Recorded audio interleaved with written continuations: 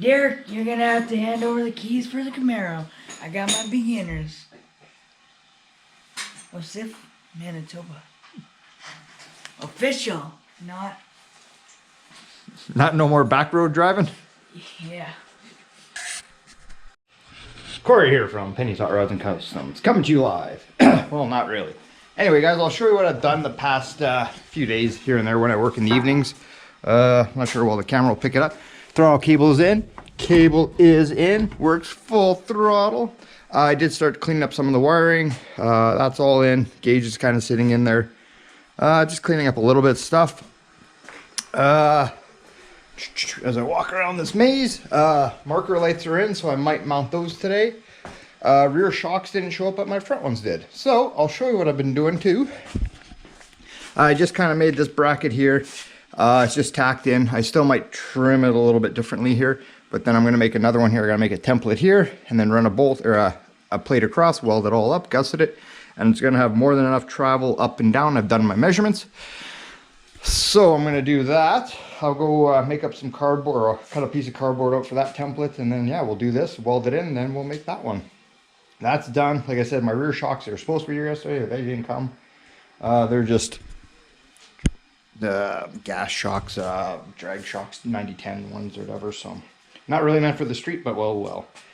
So I guess I'll go start doing that, and I'm going to charge the GoPro because it's almost dead. So yeah, and then breakfast time, so we'll keep you updated. There's a few other things I did to this thing, but just small little piddly things, just getting stuff done. So yeah, Ryan and Casey are supposed to be here so shortly, so yeah, you'll be seeing them. So I'll keep you posted, peoples. Well, we've been having trouble. Maybe I'll move the light over here a little bit. Does that make it better or worse? Worse. Okay, go like that. There you go. So anyways, this is a offshore proportioning valve. We go to bleed the brakes, you know, rule of thumb, always start furthest away. Did it, heard one shot of air come out, and that was it. Nothing ever worked. So we dicked around, probably pumped it 15 times. That side didn't work. Went to Cory's side, didn't work. So we bench bled it. Re-bench bled it again just to make sure. Did the front. The front works fine. We're like, well, what the hell's going on? So we cracked the line proportioning valve. I ended up getting a huge shot of brake fluid in the face. It's fine. So we're like, what's going on with this guy? So we pull the innards off. The innards are sitting over there. Something's wrong with it. The cup that's supposed to, because all it is a little piston basically moves down to allows more or less flow. And it don't work, it won't pass. So for today, we took the guts out. We're just going to put it in to get the brakes bled. And another day we'll come back and then just finish bleeding the brakes. But at least gets it done. I mean, he's just driving it around the block. It's not the end of the world. But cheap offshore parts. I won't even say China because Lord knows where this thing was made. But yeah, so it hasn't been fun. Brake fluid does not taste very good. Let's put it in and let's bleed some brakes. Yep. Alrighty. Probably made in Taiwan. Could be Taiwan, China, Malaysia, Indonesia, Pakistan, India. Take your pick. I picked Taiwan. Fair enough. It looks to be the problem in the piston here. Because I said the O-ring on this boy, all this thing does slide. If you can imagine a boy, this thing just slides in and out, just changes the flow. Problems in here. So like I said, for right now, it's wide open. You're getting full front, full back. But I guess we'll buy another one and just put it and re-bleed it. But like I said, unfortunately, it's what you get. Right, Casey? Yeah. But the brakes are bled. Yeah, the brakes are bled. It has brakes that actually, you touch the drums, they stop. So anyway, we're going for lunch? Dairy Queen. At least I'm assuming so. Unless Chris opposes. I'll give a hint. Or Chris complains about everything for food. McDonald's. McRib, the legend is back. Yo, crap your pants, kid. I already had one. They're pretty good. Okay, guys, I finished the driver's side. It's all welded in, all ground nice and smooth. Not bad. I did put a jack stand under it, and well, underneath the car, and everything did kind of go up and down. It's not going to bottom out. It's not going to extend, so it's right where it's got to be. So that's not bad. So I think we'll go tackle the passenger side.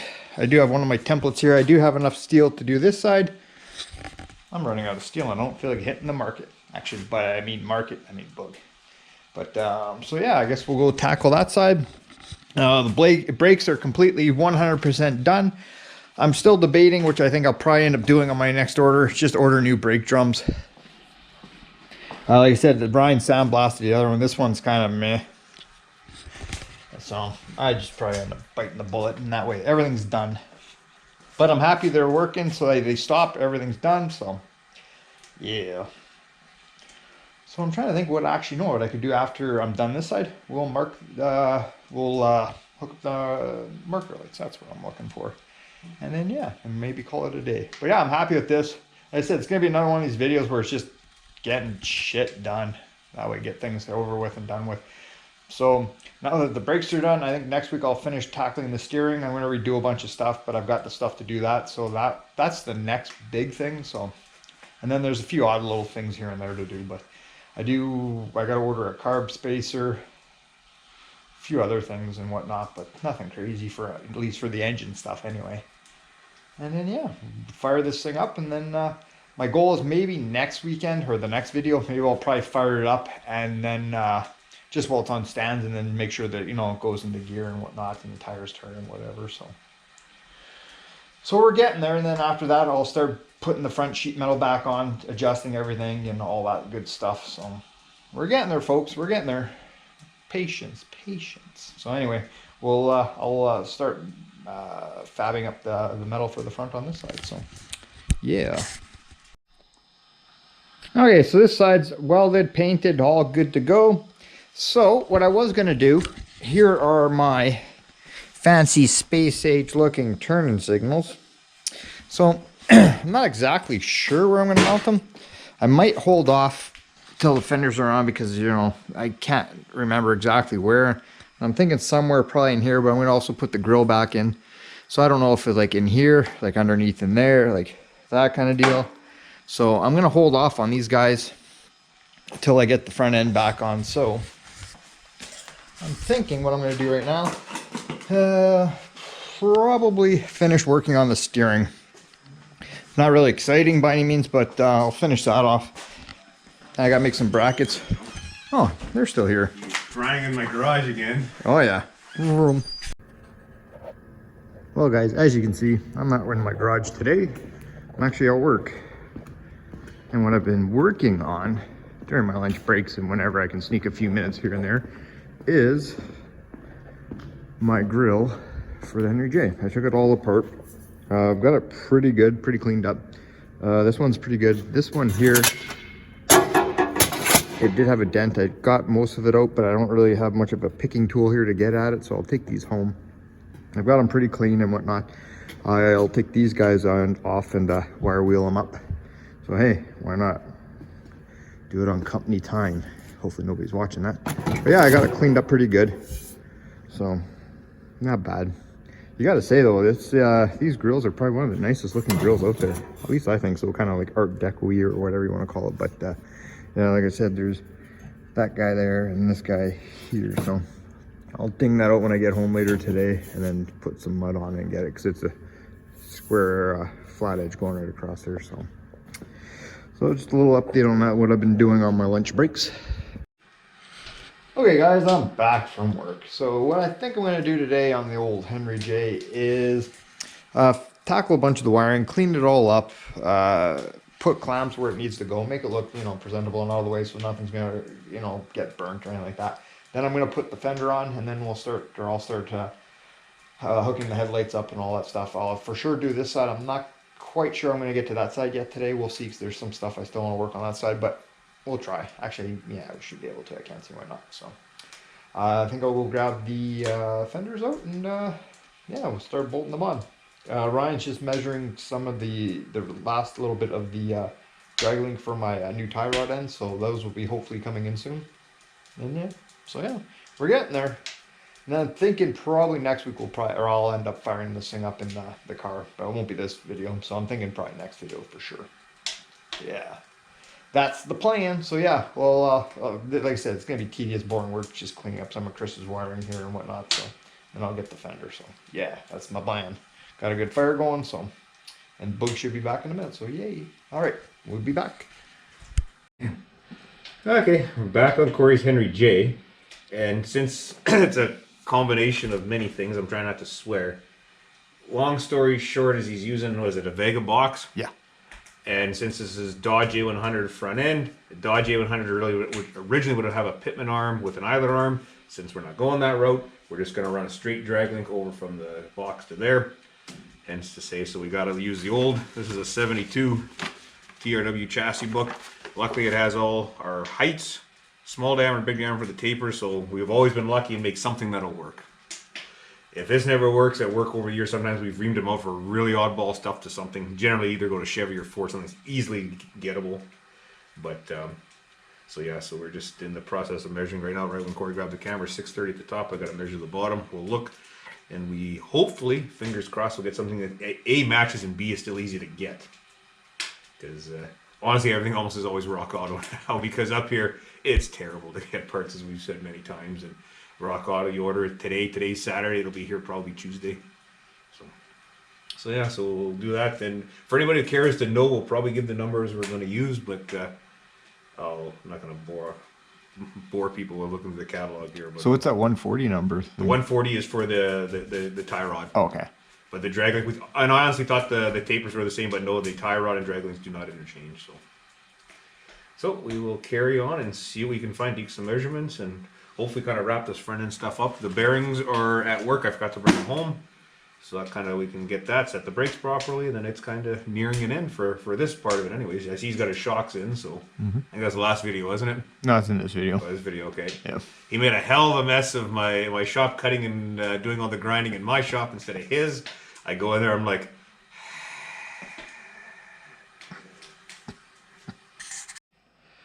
Okay, we managed to find stuff that would work and we can easily get. So both for the Flaming River Pitman arm and the Jesus, I have brain for the drag link for the Dodge A100 are both 1/8 taper, so 0.125. So luckily we can go back into here, find numbers that work. We're going to use a 150 and a 140, and they both work out to the 0.125 8" per inch taper. Sorry, I'm not speaking too well today, folks. So yeah, so I just made a call to a local auto supplier. They do actually have one of the tie rod ends, but it was like $83 or $84 Canadian. I can buy both the tie rods Moog from Rock Auto with shipping cheaper than I could buy the one here that's in stock, and I'd have to wait. The time they bring it in, it'll be at my door at work on Tuesday. The time I get it from the other place, they said probably Wednesday or Thursday. If I want to pay extra, I can get it expedited. So, and I wonder why people use Rock Auto. So yeah, so just to show the math, it's, if someone cares to know, like this is an older parts book from the 70s, but just big D minus little d divided by your length will get you your taper, and then you can always work backwards from there. And look, luckily for us, the stuff was from, what is it, 140. It's Chevys from like the 30s to the 60s. I think I get that backwards here, but I just did look at the old books here. That's people want to see look at a book here, but yeah, one's Jeep from the 40s to the 60s, and one Chevy from the 30s to the 70s. So readily available stuff for the most part. So we'll get Cory's drag link made up. All I ever do for this is I use this a piece of 1045 chrome rod, cut a couple slits in it, and that way the clamp will clamp it tight, and away you go. If you really want, you could put a jam nut on there as well. Like in the olden days, some did use jam nuts. Like an inner tire end uses a jam nut, obviously, not a crush sleeve. So it'll work, and hopefully Cory says he had this together. We shouldn't have to do any more modifications. So that'll get the steering hopefully wrapped up on this guy, and then yeah. Just as a side note, if anyone's doing a Flaming River, I didn't know this. It actually has a double taper on it, so it's taper from the top or the bottom, so you run your tire rod either way. Because we were looking at it, we measured the top, measured the bottom. It's basically the same. I was like, what the hell? And, you know, do a little bit more looking. Yeah, it's a double taper, just, and that is made designed like that. So just if anyone's doing the Flaming River Pitman arm, they are. At least this one is double tapered. So, but yeah, I guess let's kind of wrap that up today, and tie rod should be in next week. We'll make a drag link up, and then oh shoot, we didn't order clamps. Shit. No, better order clamps. Fudge. Okay, the only snafu we had in all this is the one tie rod is a 3/4 and one's 11/16. That's no problem. We have taps. That's not an issue. The only problem gets to be the clamps. These are the clamps. Yeah, you could spread them, but these bars are for 7/8. A 3/4 tie rod is going to use a 1-inch bar. So anyways, thanks to our friend Rock Auto, dicked around, just went to quickly all the 3/4 tie rod ends, and we found a Dodge 1-ton. If anyone cares to know if they're doing this, it's a Moog ES. I'm sure nobody's doing this. Well, I mean, this is the stuff you have to do if you're trying to modify crap. So the clamps will work for a 1-inch shaft, which is fine. So they'll compress down, so everything's tickety-boo. So it'll give us 2, and we'll have a sleeve that'll sit on the shelf and probably end up going in the garbage. But for $14.37 and about 10 minutes of looking. Plus Holy shipping. shit, I'm going broke here. Uh-huh. Well, he never paid. I'll give you a secret here, folks. I order this stuff for these people. Sometimes I get paid, sometimes I don't. We're running a tab right now. Oh, yeah.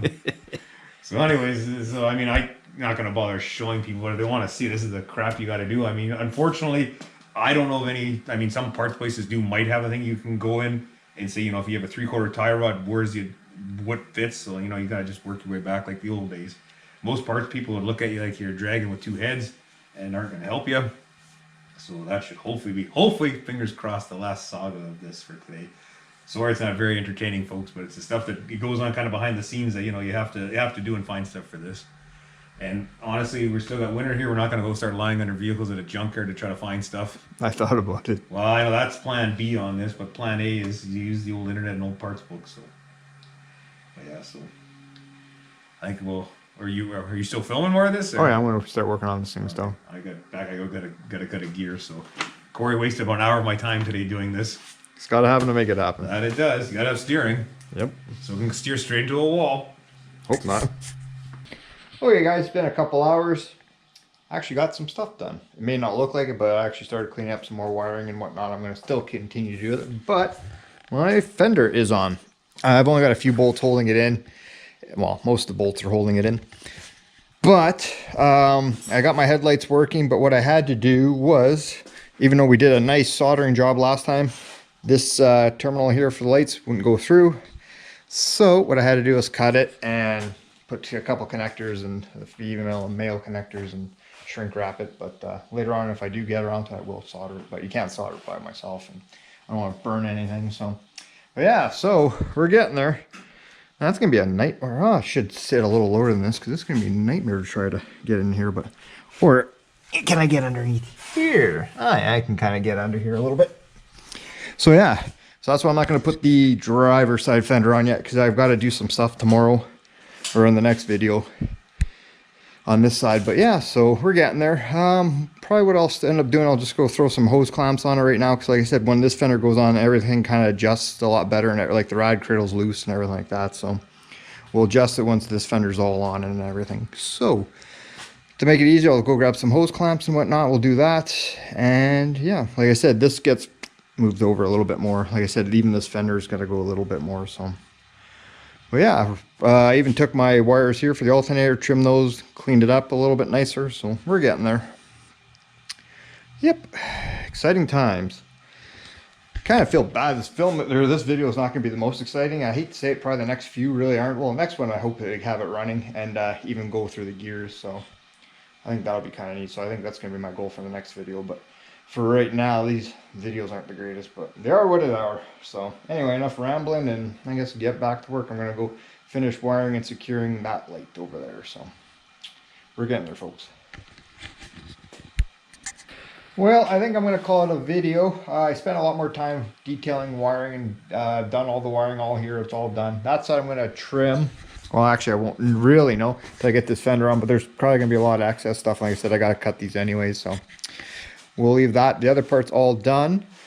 I'm thinking what I'm going to do in the next video is get this thing running. I think that's going to be the plan. Actually sit in the seat, hit the key, and make some noise. I think that's going to be my plan, so can't go wrong with that. So I think that's going to be in the next video, or maybe it'll be tomorrow, which will be the next video. So yeah, so I'm really happy with my shocks. Like I said, I did put the tires on it, gave it a jiggle, and they did seem to work. So, you know, it should hopefully in theory be better than nothing. So my back shocks are, I don't know what date it is today, but they'll be here at the end of next week. So that'll be later on. They're just going to be a quick bolt on. So and yeah, so I actually did make a list here of the stuff I have to get done. So I am slowly getting stuff knocked out here. So I think the big thing is, like I said, getting it running in the next video. Ryan will be back in a week and we'll tackle the front of the steering, finish that off. And my inner bearings will be here. So that way I can just finally put everything together. But the brakes are bled. They do hold.